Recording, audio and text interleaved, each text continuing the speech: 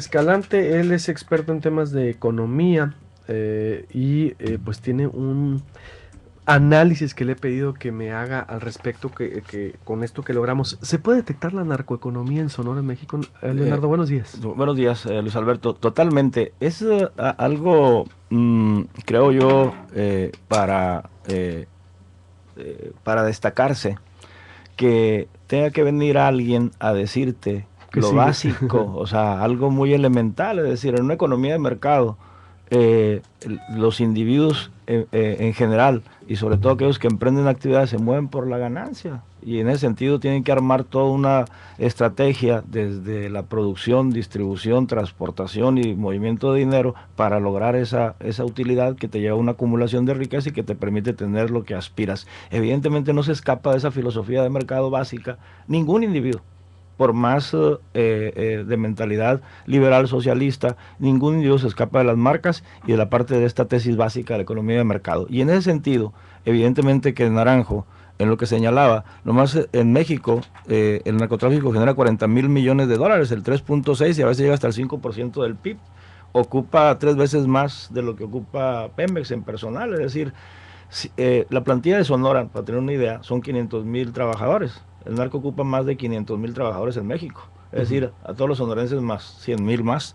Eh, y se puede seguir una serie de datos adicionales. Claro, no es exclusivo del país. O sea, ahí en Estados Unidos genera 196,000 millones de dólares, que es el 1.6%, y se blanquea el 90% de recursos del narco. Es decir, es un tema que sí hay que verlo desde el punto de vista de Naranjo. Él señalaba tres aspectos importantes a destacar. La cultura de la legalidad, evitar hacer negocios y propiciarles con narcotraficantes, propiciándole la facilidad para lavado de dinero.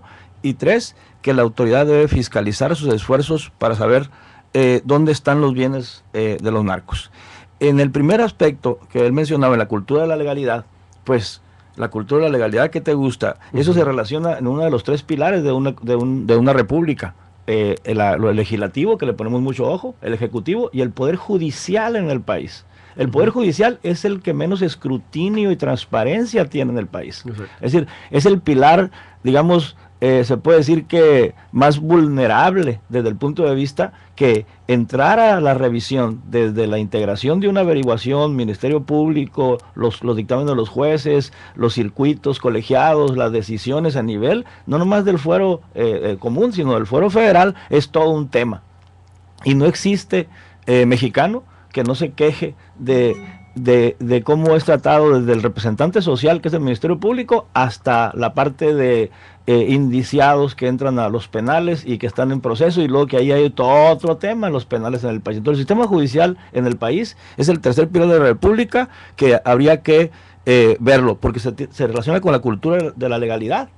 Y la cultura de la legalidad lo propicia, lo fomenta el poder legislativo, lo propicia los políticos, lo propicia el ciudadano. Es decir, la cultura de la legalidad es un tema enorme que en México, ¿qué te gusta? Ejemplos.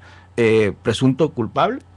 ¿Qué te gusta? El caso Raúl Salinas. ¿Qué te gusta? La idea que tiene el país entre derecho y justicia. Es decir, una cosa es la justicia y lo ve alejado todo el marco legal de la justicia. Es El decir, agua. entonces es todo un tema, ¿no? La acción, o sea, ¿cuál es el referente moral de los políticos? El cumplimiento de la ley.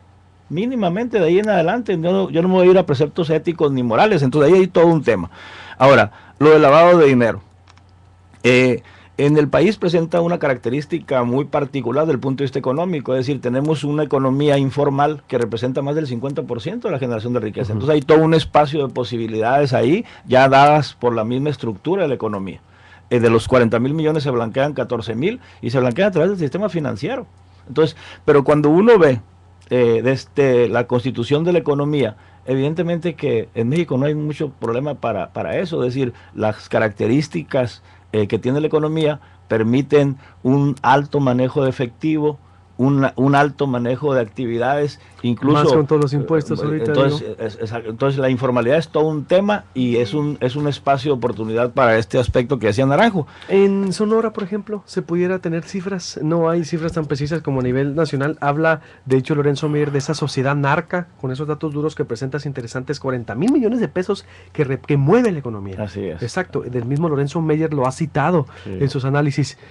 Sonora se pudiera detectar. En su momento el ejemplo de su carne, por ejemplo, fue señalado por Proceso. Osorno lo confirma también de como una especie de narcolavado en obras, por ejemplo, ¿no? Es decir, el lavado de dinero, que es muy usual en la economía, en la sociedad narca, dice Lorenzo Meyer, es decir, casinos, bares, no sé. Sí, casas de cambio, empresas de transporte, hay un sinnúmero de actividades y muchas actividades que se realizan. Hay que ver la característica de la actividad económica o empresarial en Sonora y en el país no escapa de ser de carácter familiar.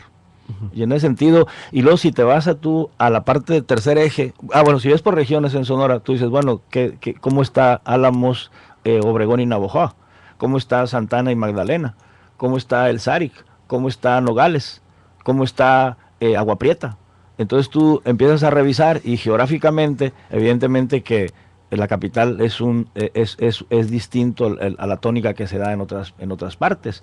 Y evidentemente el 90% transita por el país del envío de cocaína que hace el narco. Pero en el tercer punto que decía él de los bienes, la verdad, bueno, en el sistema incluso en la parte de cómo confiscar los bienes, sabes que, por ejemplo, del lavado de dinero, estaba viendo las estadísticas del INEGI, y que hay como 5 millones al año de posibles movimientos que pueden generar sospecha de movimientos financieros, y luego te vas a los que se investigan, y luego los que se investigan, a cuántos casos pueden llegar a tribunales, y de cada 100,000 nomás llegan 25, ¿no?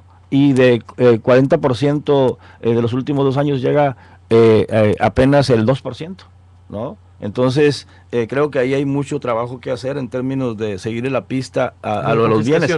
Pero también hay muchos aspectos, o sea, que llaman la atención. Por ejemplo, como la identificación, decía Naranjo, hay que identificar los hoyos negros, la estructura.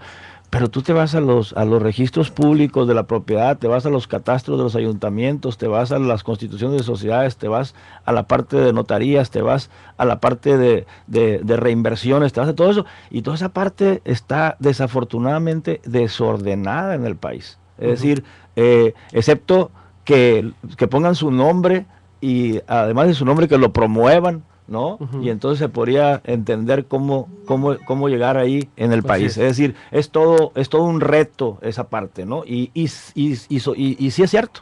O sea, al final tienes que desmontar toda la parte de acumulación y toda esa estructura. ¿Conclusiones? Conclusiones.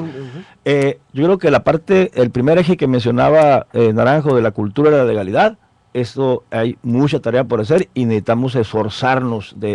Segundo, el Poder Judicial. Yo creo que en la reforma al Código Penal Nacional fue un avance, pero se tiene que seguir en el tema incluso de transparencia, de prácticas, de seguimiento de casos, de procedimientos legales y demás. Se tiene que ver el aspecto del Poder Judicial. En Sonora, el semáforo rojo es en violencia intrafamiliar, del semáforo delictivo, la parte de homicidios intencionales y la parte de robos a personas, es decir, del fuero común, ahí está concentrado. Evidentemente del fuero federal sí hay foco rojo en términos de la operación de los carteles. Gracias, Leonardo Félix Escalante, como siempre, un honor escucharte y pues enriquecer el debate contigo. Buenos días. Buenos días, Luis Alberto. Leonardo Félix, experto en temas de economía, colaborador.